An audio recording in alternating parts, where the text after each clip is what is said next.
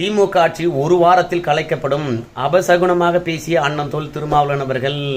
இந்த மாதிரியான quick news update வேணுமா நம்ம சேனலை நீங்கள் சப்ஸ்கிரைப் பண்ணி வச்சுக்கோங்க.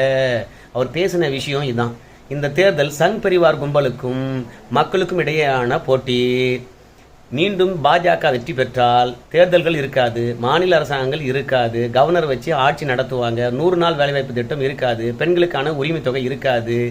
400 தொகுதியில் பாஜக வெற்றி பெற்றால் ஒரு வாரத்தில் திமுக ஆட்சி கலைக்கப்படும் அப்படின்னு பேசியிருக்கின்றார். பாஜக 10 ஆண்டு காலம் ஆட்சி ஆனது. எப்பயாவது ஒரு முறை ஏதாவது ஒரு மாநிலத்தை ஆட்சியை கலைத்திருக்கிறதா? ஏன் பொய்ய பரப்புறாருன்னு நமக்கு தெரியல. 1977 காங்கிரஸை வீழ்த்துவதற்காக கலைஞர் அவர்கள் இந்தியா அளவில் ஒரு கூட்டணி உருவாக்கினாராம். இப்போ நம்ம முதலமைச்சர் அவர்கள் பாஜக வீழ்த்துவதற்காக அகில இந்திய அளவில் ஒரு கூட்டணி உருவாக்கி இருக்கின்றாராம். அதனால தான் பாஜக எவ்வளோ நெருக்கடி கொடுத்தாலும் இந்தியா கூட்டணியிலே இருக்கிறாராம். இந்தியாவையும் மக்களையும் காப்பாற்ற வேண்டுமென்றால் இந்தியா முழுவதும் இந்தியா கூட்டணி வெற்றி பெற வேண்டுமாம்.